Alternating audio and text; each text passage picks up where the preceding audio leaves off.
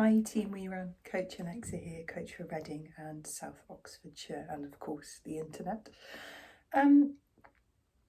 I think we're getting into this time of year. It's not even November yet. Since COVID, it seems to have got earlier and earlier when people start talking to me about goals for the next year.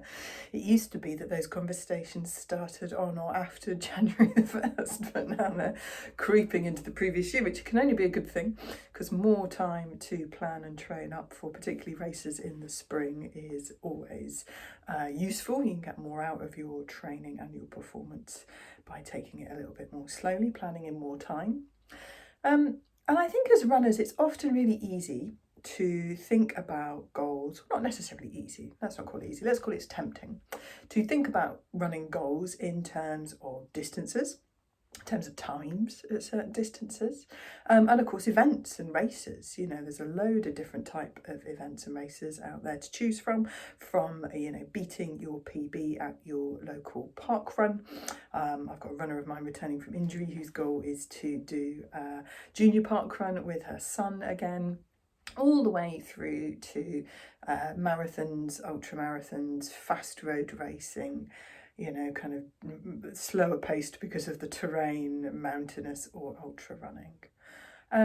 And, you know, those can be great ways of being inspired, you know, picking really interesting goals, things that you want to work towards. And races can make good goals. I've talked about in a previous video the concept of SMART goals, so specific, measurable, achievable, realistic and timely.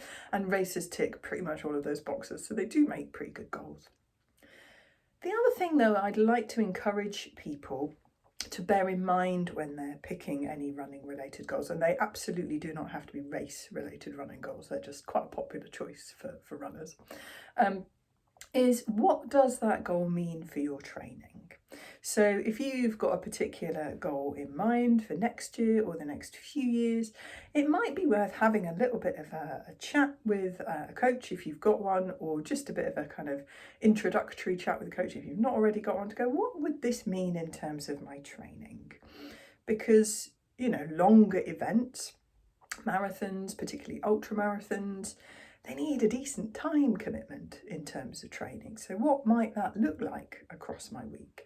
Can I manage that alongside family, life, job, etc.? And have a think about the sort of training you really enjoy.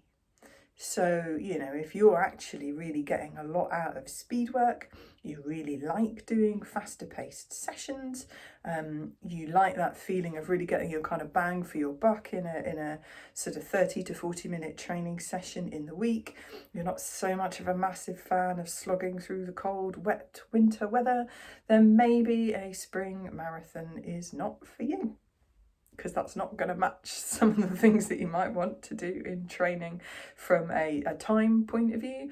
Or, you know, trying to get your long runs in January or February might be not something that appeals, and that is absolutely fine. If you want to go off and do a really longer ultra event, again, excellent. But if actually that makes you realise that you really actually prefer the speed work side of things, then that's cool too. And one of the many wonderful things about running related training is that no training is ever wasted or lost. You know, you can take people from some really quite long distance events and use that wonderful endurance base that you've spent quite a while building, and then take that in a completely different direction should you want to, focusing down on speed for the 10k or the half.